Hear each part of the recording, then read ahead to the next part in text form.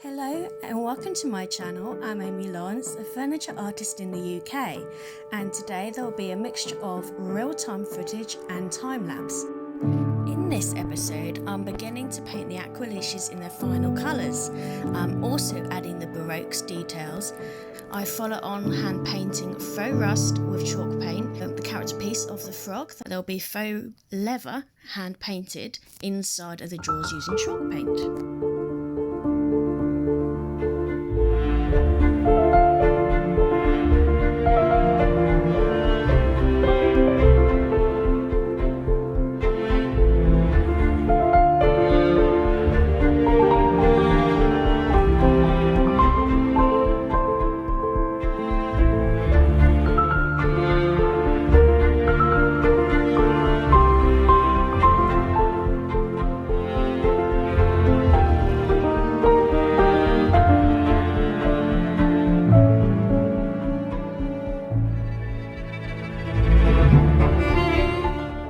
I'm adding masking fluid to protect from any splashback whilst I continue to paint the rest of this design.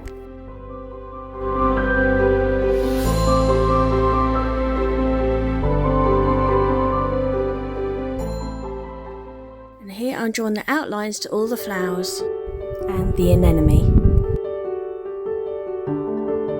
And a base colour to go underneath on the aqualeaches.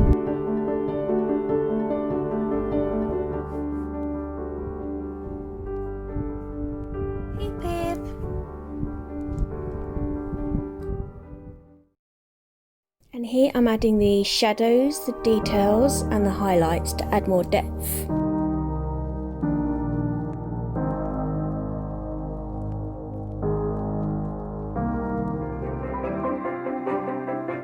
It's important to demonstrate here that not every artist is quite happy with what they have drawn, so they paint over it and begin again with a sketch. Really important to demonstrate that what you see as the end result hasn't happened in just one go when it's sketched out.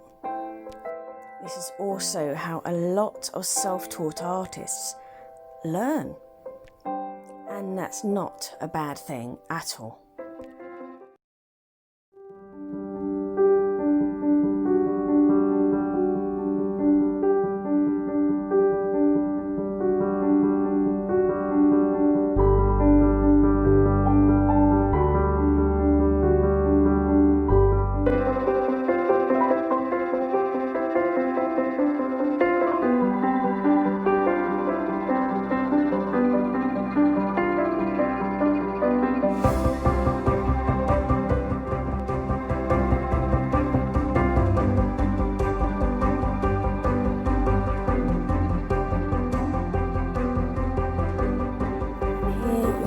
I am tracing my own design so that I've always got a copy for if I want to make a stencil.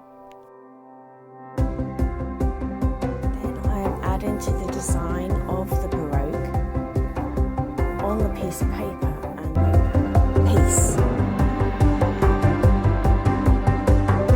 have then flipped over that piece of paper and rubbed on that design on the other side so that it looks very similar to the Baroque on the opposite side.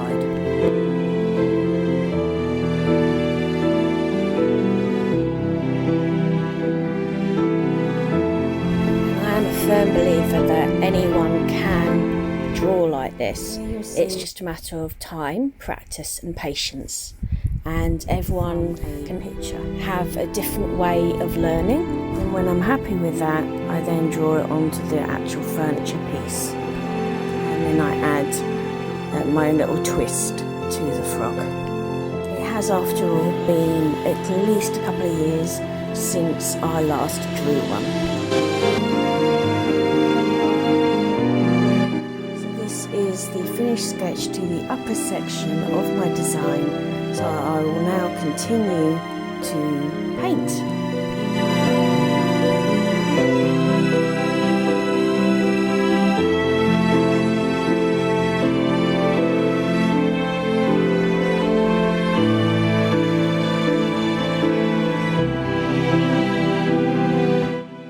I'm beginning to lay down the darker values first and then the lighter values over the top.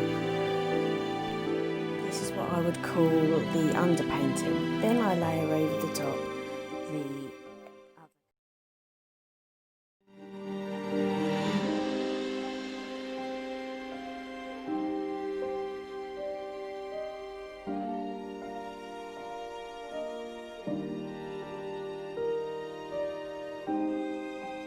Here I'm touching up the Aqualicia on the right with some dark cut tones, and on the left I am laying down what I call the middle layer, and then on the top of that one on the left I will then go over with the warmer tones over the top.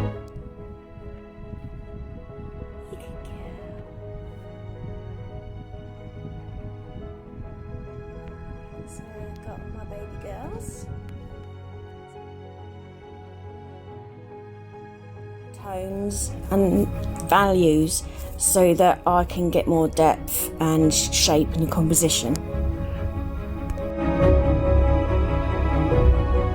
I'm then adding the details to the little frog and the Baroque, outlines, low lights and shadows.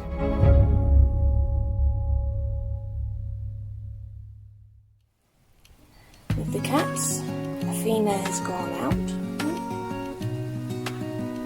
Athena, going out. You want me to open the door for you?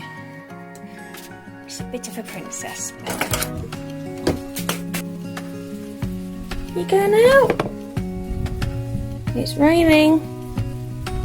You gotta think about it.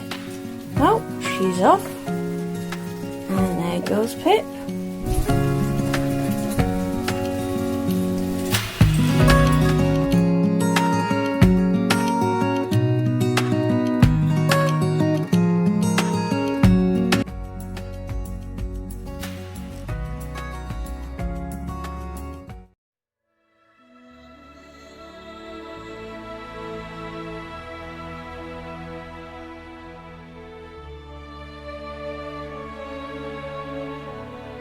Here I'm adding the outlines to the leaves and the frog.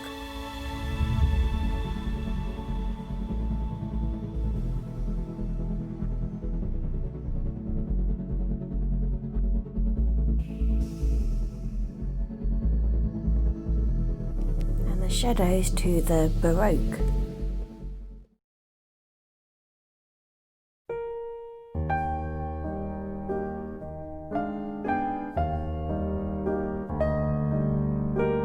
And I'm adding darker tones to the underneath. And here I'm adding darker shadows underneath the petals to add more depth again. I've also added warmer tones.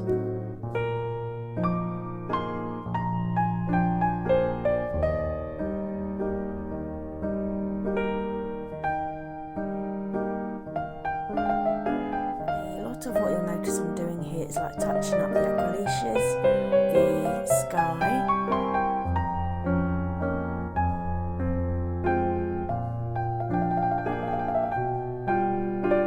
and here I'm adding to the faux rust with special effects of like the outside line green, the depth, the dark colours, the warmer tones of like the ginger, and yeah, going around the edges and blending it in.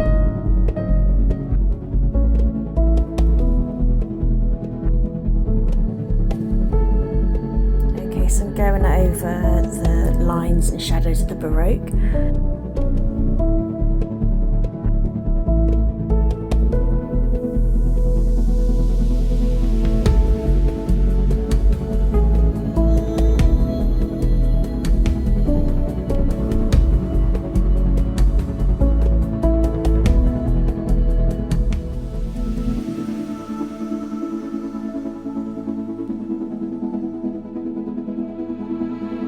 I'm adding the lighter tones to the frog.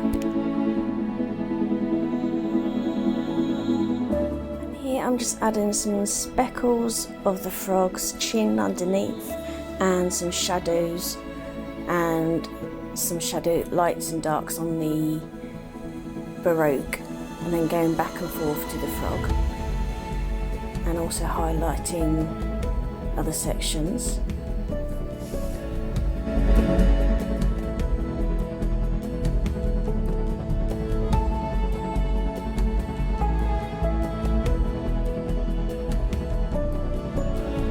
And here I'm just adding the details and the markings on the Aqualecius.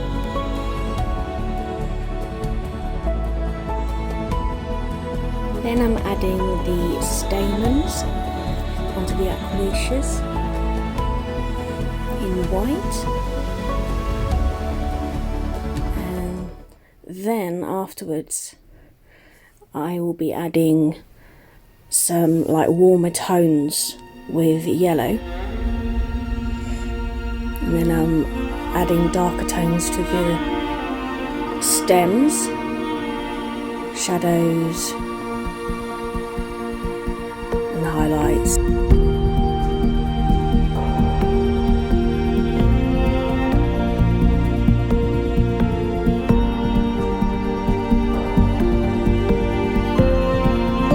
here I'm adding the shadows and the darker tones to the stamens.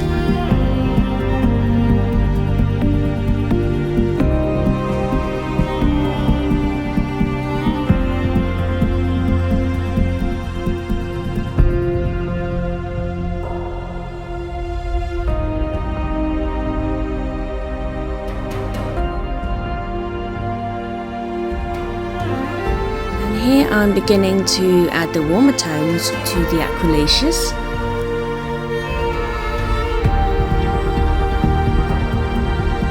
And the highlights.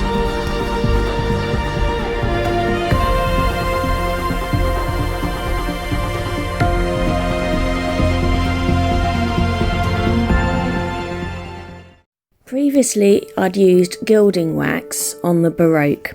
I changed my mind, therefore to remove it I had to use linseed oil. Then I decided to replace it with gold powder pigment.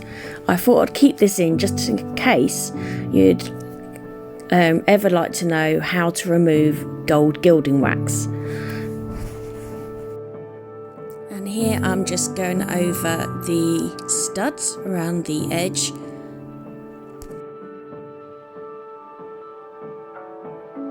I'm then going over the Aqualecius with masking fluid to protect them whilst I continue. I did decide to try the anemone in yellow, but I did later change my mind, and here I'm starting with the base layers on the cloud with the darker values first, working my way through to the lighter tones and values.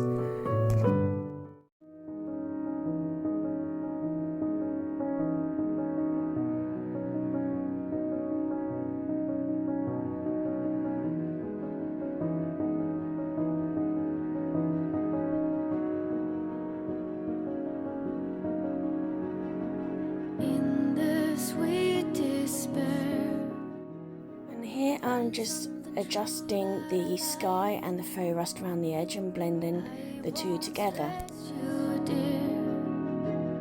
I know that you made up your mind.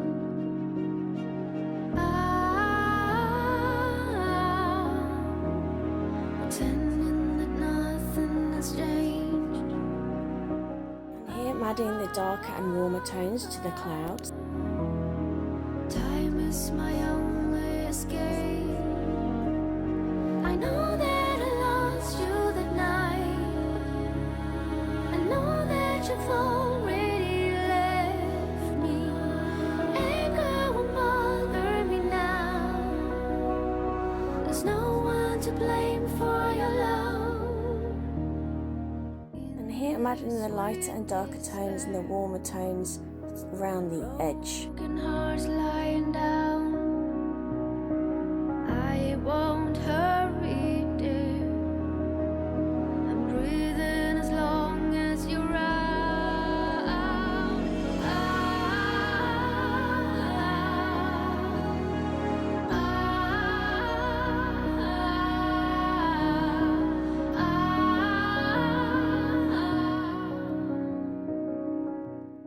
enjoy this process of blending the colours around the edge. I added a lot of water in this process. In the Break and time to call the cats in.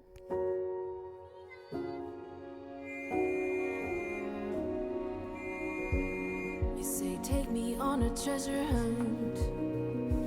I long for something new. Have you heard the fairies when they sing and dance? Okay, I'm just going to finish up softening the highlights because I think they're a bit too bright at the moment. And that goes with that as well. Make that glaze in the top of this lid.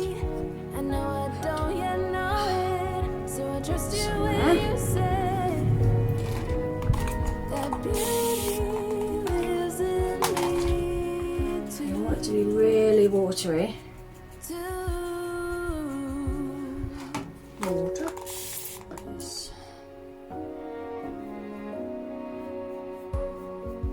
Later it comes later deep for me. I've just gone over it. Oh, I don't like that straight line.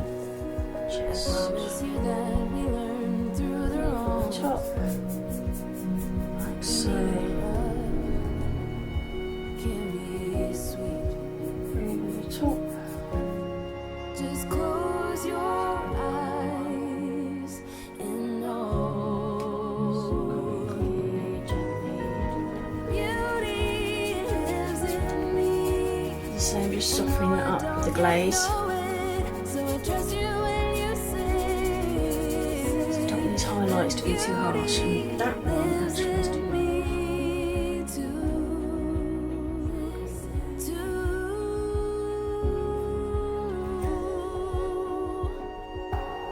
It's gonna take some time to get there. I don't care. I'm in for the fight. It's gonna take some time, but I know that beauty lives in me. I know I don't yet know it, so I trust you when you say that beauty lives in me. Here I use a method I call scrubbing method, like little circles. I use lots of different methods for blending, and that is just one of them. Here I have added a line of darken around the edge, and I've blended it in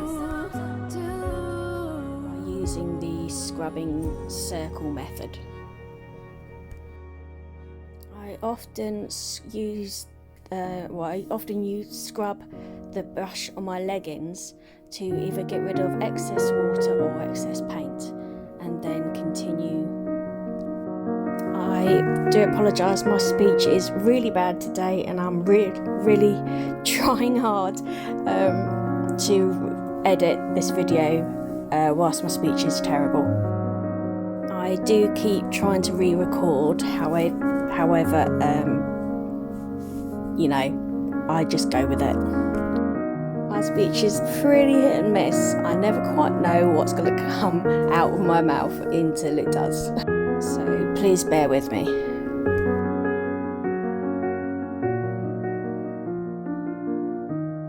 Now back onto time lapse. And here I'm just touching up the edges around the faux rust and the studs and the sky. And I've added more water on the corner. I'm doing some highlights. I'm doing some darker tone.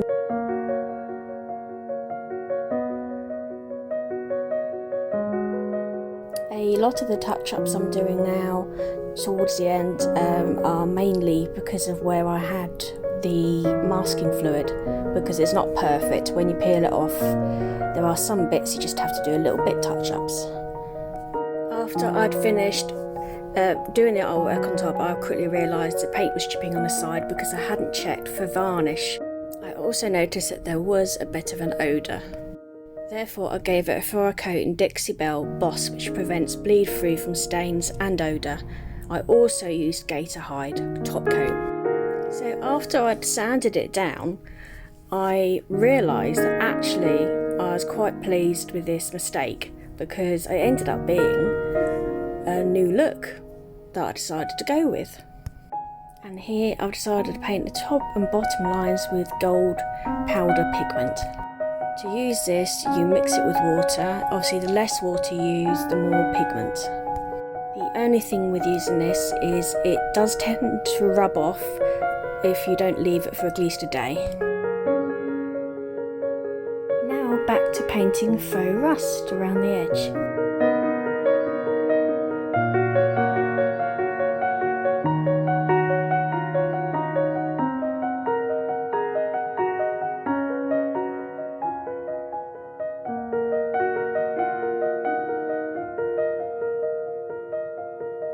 Here I am going over the studs with black centres and green around the edge, layering and layering with the rust as well.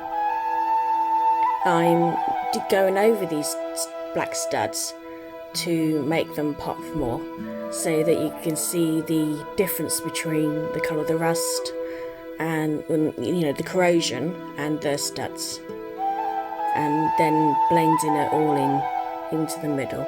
Don't worry, at this part of the process things always look a mess, but it's the end result that matters.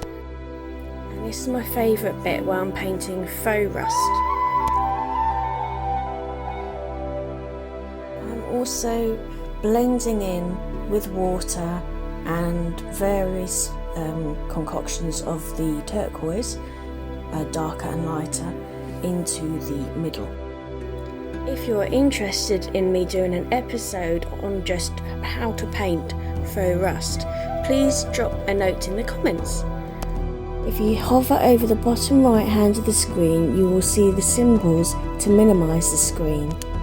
If you minimise the screen, you scroll down, you will see the comments section. And here I'm just adding some more highlights and shadows to the petals. Any more last minute touch-ups. I'm specifically adding just the lower petal that's overhanging there, some shadows and highlights to bring more realism. And now I'm beginning to get everything ready to cover the rest of the painting, so I'll continue to work on the Baroque and the leaves there with the shadows. And of course to Percy the frog. It's raining, so Orphina's above my pillow, and she decided she doesn't want to go out today, understandably. It's the weather. Hey? Oh, that's a big yawn.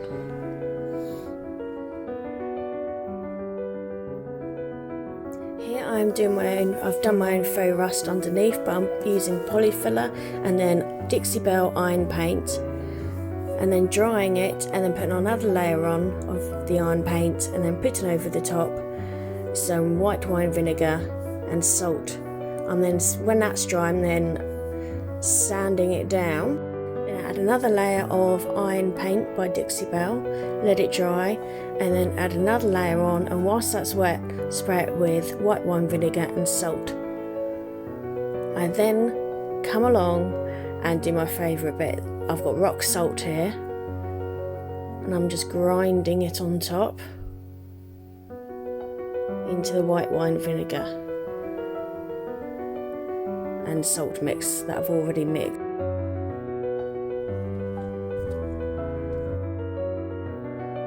Here I'm using Annie Sloane's Furl colour chalk paint here, and I've mixed different tones, warmer tones, darker tones, lighter tones of it to create the faux leather look. I had used masking tape to cover over and protect the fronts whilst I did all that. And I'm now starting on the inside of the other drawer.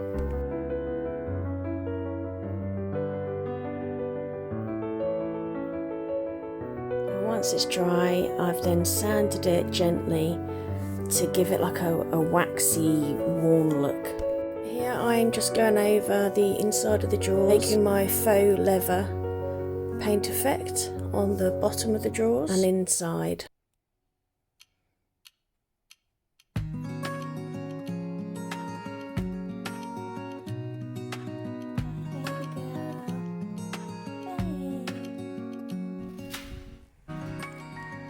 I was supposed to be doing some editing, but little one here decided to pay me a visit. You Pip-Pay? Are you going now? So Mummy can get on editing. Good.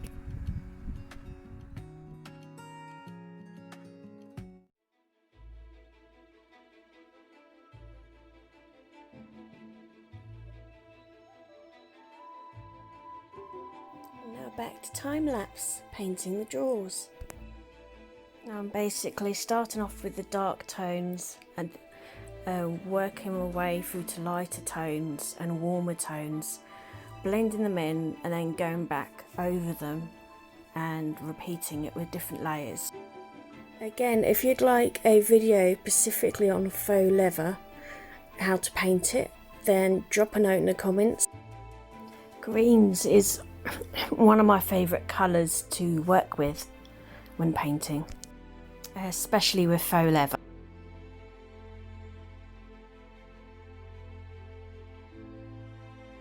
And once again, when it's dry, I lightly sand it to give it that waxy, worn look.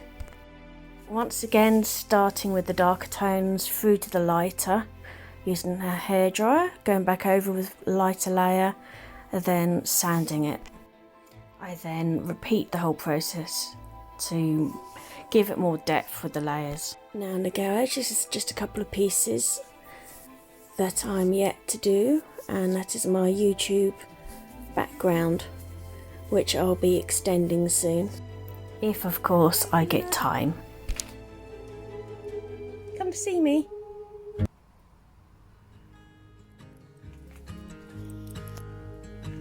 Are you coming in as well?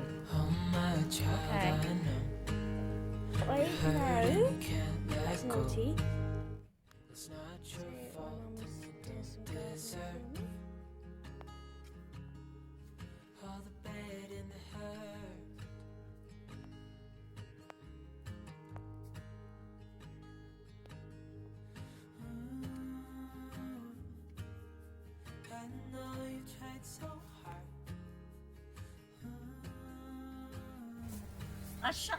I shut everything out.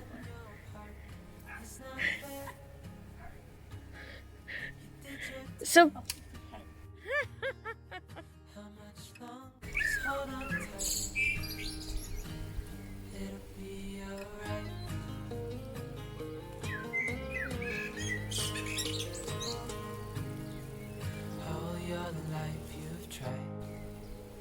be a good man inside.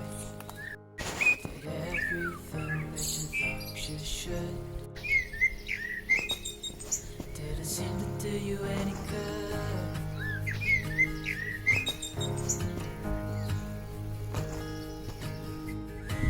So, back in the warm.